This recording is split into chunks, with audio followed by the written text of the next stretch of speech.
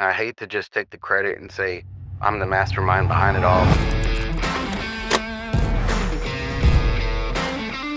It's a big, important job to make sure that all this stuff gets there. It's just controlled chaos.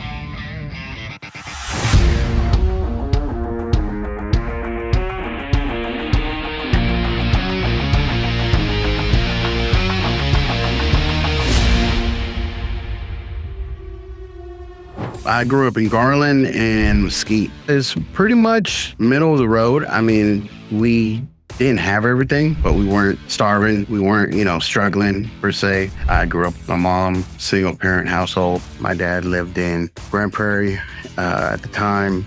He lived out there. I saw him frequently. They just didn't get along. They had their differences. Got into some trouble in high school. I was one of those kids who didn't like to go to school. I'd get dropped off at the front door and kind of walk out the back door and somehow make my way home, and nobody found out that I'd skipped the whole day. Once the judge tells you, hey, you're not going to have a license for a long time if you continue to skip school, you kind of straighten up. And then once I had my daughter when I was 16, when she was born when I was 17, kind of when I straightened up and said, hey, you gotta buckle down and get things done. So I finished my senior year, got them knocked out, got them done, graduated. As soon as I got out of high school, it was just nothing but work. Trying to find a job, then trying to move up wherever I was at, trying to go a little higher, make a little bit more, see what we can do. Just a daily grind.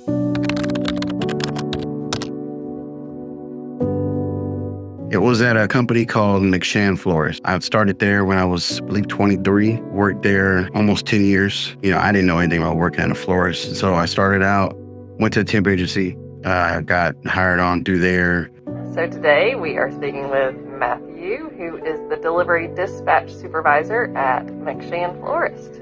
From the temp agency, I started in the warehouse, went from the warehouse to delivery dispatch over there. Became a supervisor, became the longest tenured supervisor at the time when I left.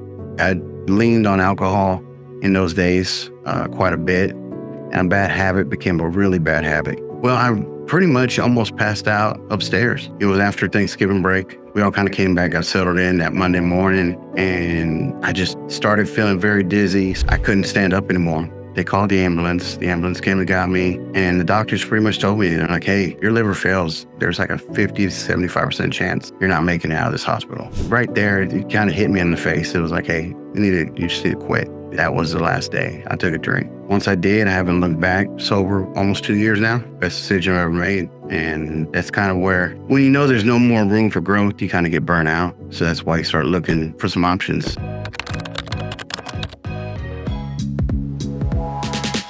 One day, I had been told by a family member multiple days, hey, come on, I'm with a great company. I think there's space for you to grow here. It was that one conversation I had with Garrett one day at a function. We talked, and then it kind of went really fast. It was like within 2 weeks I was here. Matthew and I, as we worked together, we even officed together for a short time. He had brought in his struggle with alcohol and just some of the health things that he dealt with because of that. Since he's been sober, his work has improved drastically. He's a happy-go-lucky guy, a lot of fun to be around, a lot of fun to talk to. I think his outlook on life has changed drastically as well since sobriety.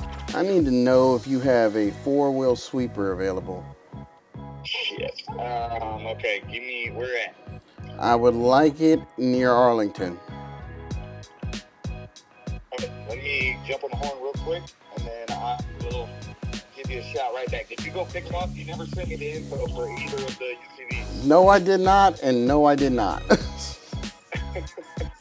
Sí, desde ese día, después de ese día, he visto que él ha crecido en la compañía, ha agarrado más confianza y se ve mucho mejor mentalmente también. Se ve que está más acoplado en el trabajo y ha sido bien para él. I know I had a lot of people reach out. There were a few people that reached out and, gave me some good words of advice. Like of encouragement from Garrett. He asked how I'm doing. I tell him, he's like, hey, I'm proud of you. I'm proud of the decision you're making. I know Parker's given me a couple here and there. James reached out a couple of times and told me some things. I didn't look for sympathy. It was more or less like, hey, I did it to myself. There's no sympathy anybody can have for me on that point. It's one of those things you kind of just got to prove it day in and day out that you're making the right choices. We naturally make mistakes, but you just got to own it. And once you own it, you can move past it.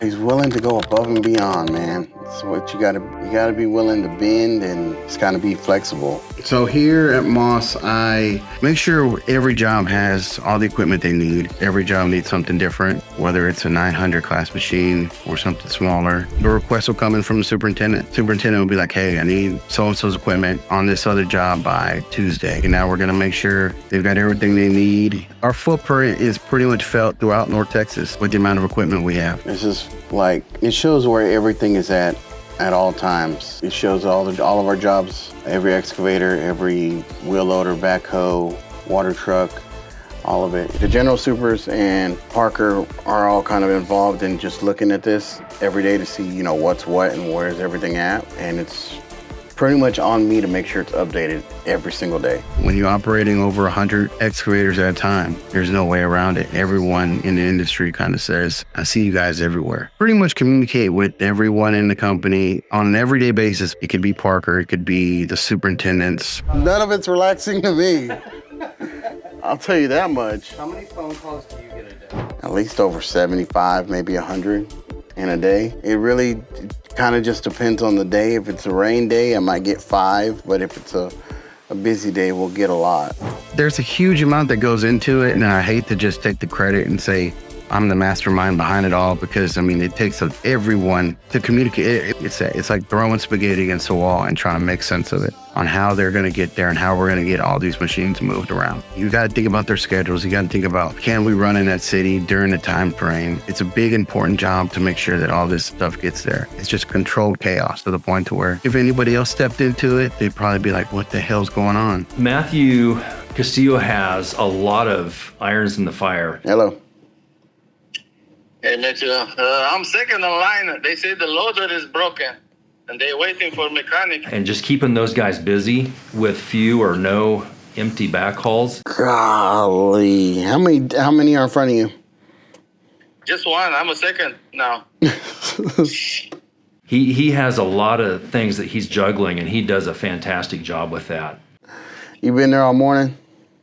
Yes, I've been here 7 o'clock, after 7. Okay, let me make a call. I'll call you right back. Hey Siri, call Texas Materials. Calling Texas Materials. Your call may be recorded for quality assurance.